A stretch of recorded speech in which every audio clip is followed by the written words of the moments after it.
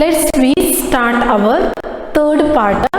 We are studying in our third chapter Newton's first law, second law and third law. Today we are discussing about the law of conservation of momentum. See that picture. In that one experiment is there. When you take one, that is a wiring channel of 1.5 meter length, then you should take 4-5 pieces of marble pieces. You should move one marble piece in backward direction, so it moves in forward. Now see that picture, it moves forward, that collide with the other marble pieces.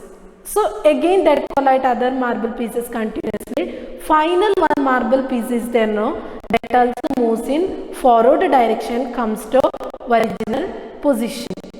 So what happened here? The momentum is remains constant. The momentum is not changes here. Again you should this experiment repeated by rolling 2 marble pieces. So it also what happened, that marble piece moving and collide with the other marble pieces. The final marble piece is also moving forward and comes to original position. So there does not changes in their momentum. So verifying using Newton's third law. This we can verify using Newton's third law. Newton's third law states that every action there will be a equal and opposite reaction. So consider 2 objects that are before collision and after collision. We can see that. See here, this is an object. 2 objects have its mass.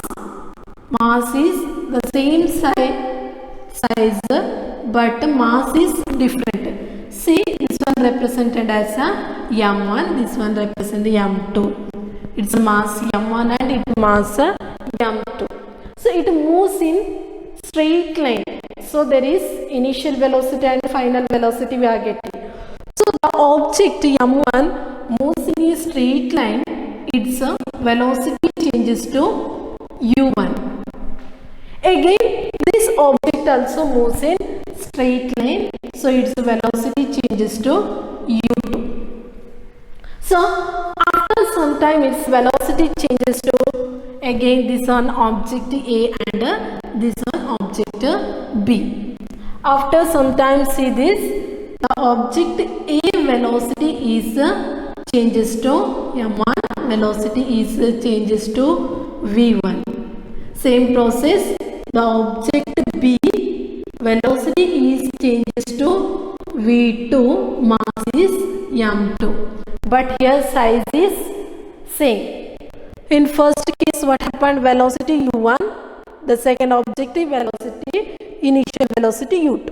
So same process in a second, after sometimes is the velocity changes to v1, A and A object, B object changes to v2. So here we can find the total momentum.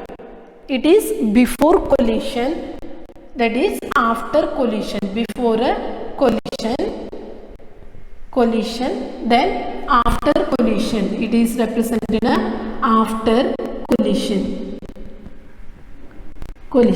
So how you calculate total momentum of before collision?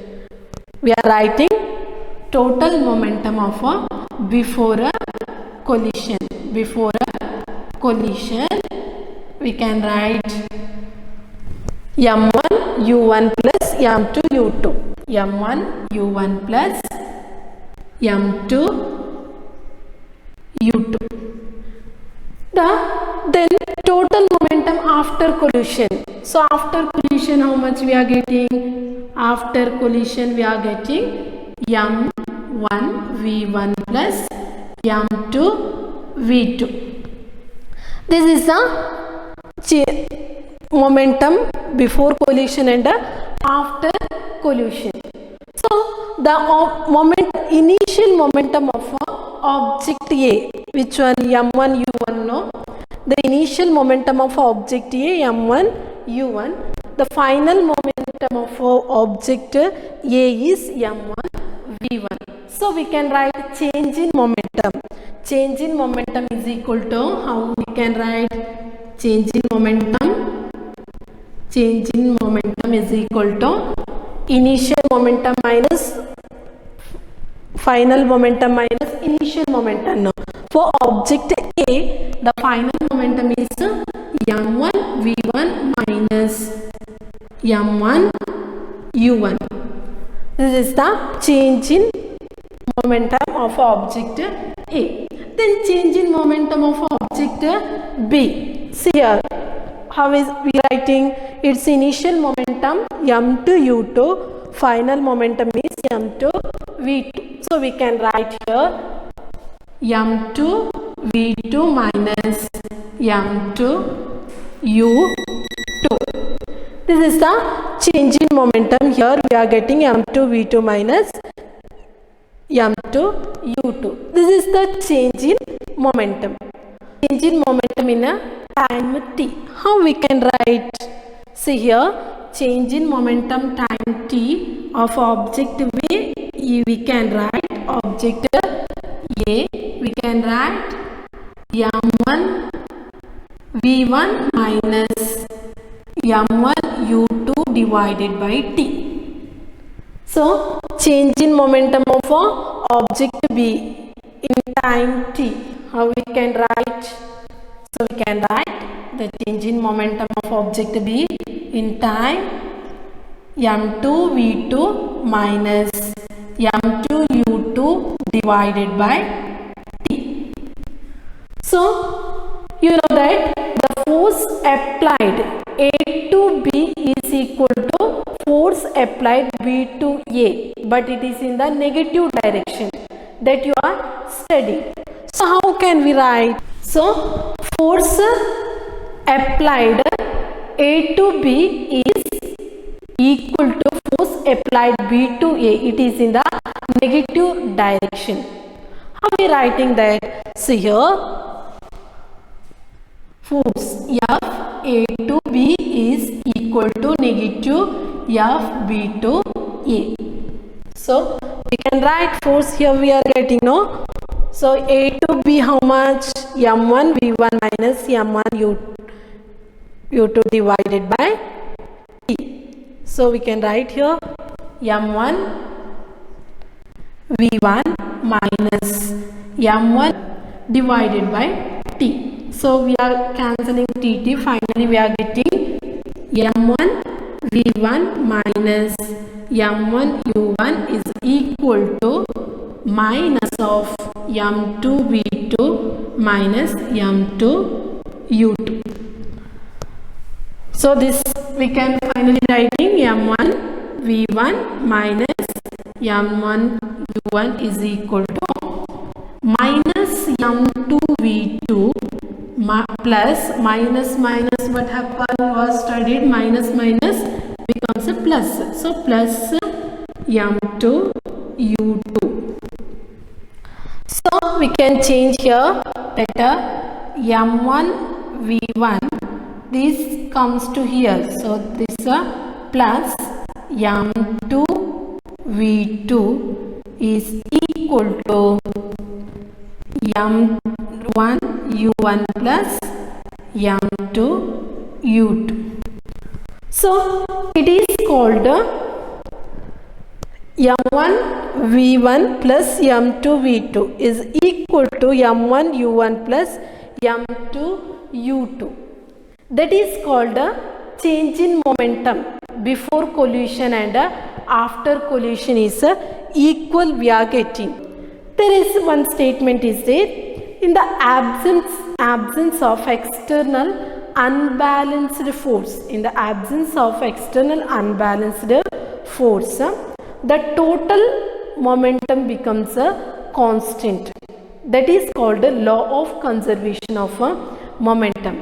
Law of conservation of momentum states that in the absence of external unbalanced force, the total momentum remains constant. That is called the law of conservation of a momentum. See there, we have studied first case, the change in momentum before and after collision is equal now. Same process here, finally we are getting here also, the change in momentum before collision and after collision are equal. Then a bullet firing, the time its velocity is v. We can write the bullet firing time, velocity is v, mass is written as m, velocity, firing time velocity, then its mass is m. This is the a bullet firing time, velocity v and mass capital letter m, this is velocity v. Then after recoiling, now that time what is the velocity, how we can calculate, we don't know velocity, its mass is small letter m. After recoil, its mass change m, then what is the velocity? So how we can calculate that? The total momentum before firing, how much is the total momentum before firing? Before firing we are getting 0 plus 0. After firing we are getting m v plus small letter mv plus small letter mv. So what is the total momentum here? We can calculate 0 is equal to mv plus mv. So it can be write v is equal to small letter mv divided by m. It is the equation of a velocity. Then we are discussing about you are seeing when a small piece of sodium is put into water. So what happened? It moves in a circular path, no? Again the planet moves around planets moves around a earth, that also in a circular path. Then electrons, you have studied electrons movement in our chemistry. So that then clock moving in circular path. This all exist in moment in circular path, no? Then tied with a string. A stone is tied with a string. That whirling of a stone tied with a string. That is all in the circular motion. Say this is in a circular motion like that. How? It is object moving like that here. It is called a circular path. They moves in a circular path with a uniform speed. What happened? Is it changes velocity? Yes, there is changes velocity. It is moves in a circular path. So there is changes the velocity. So that moves in a uniform speed. It also changes their velocity.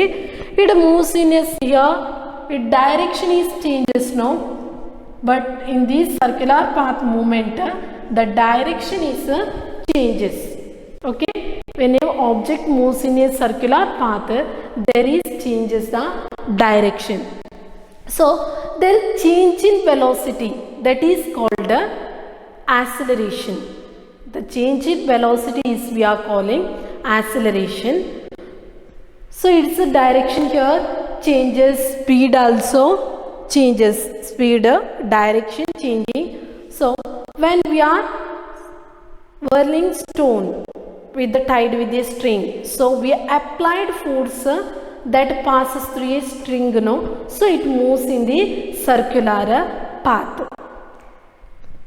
So there produces an acceleration that is called a centripetal acceleration. So what is centripetal acceleration? See, an acceleration experienced by an object in a circular motion along the radius towards the center of circle is known as centripetal acceleration.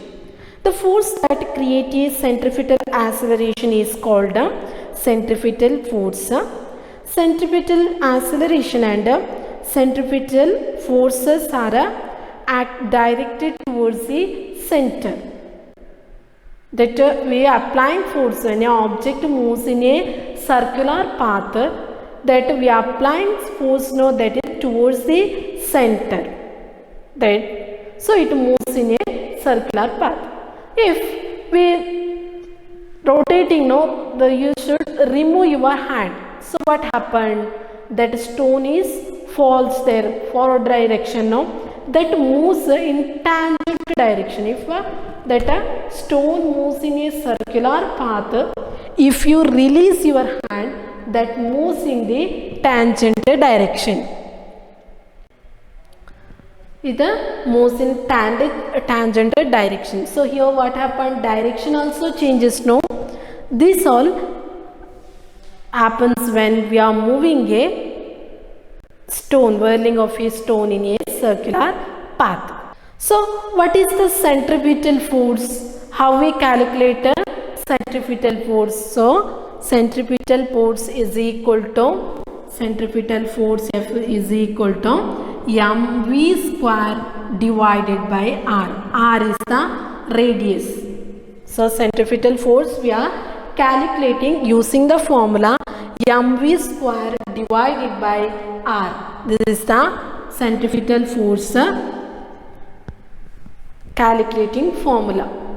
Using this formula we calculating the centripetal force of an object moves in a circular path. So what is it? When an object moves in a circular path, it covers equal distance in equal interval of time. That is called circular motion. Circular motion means when a object moves in a covers equal distance in equal interval of time, that is called a circular motion. So example for circular motion, the electrons moves around a atom, that is moves in a circular path now. So then the planets moves around a sun, that also example for a motion in a circular path. So our third chapter is completed here. We will continue our fourth chapter in our next class.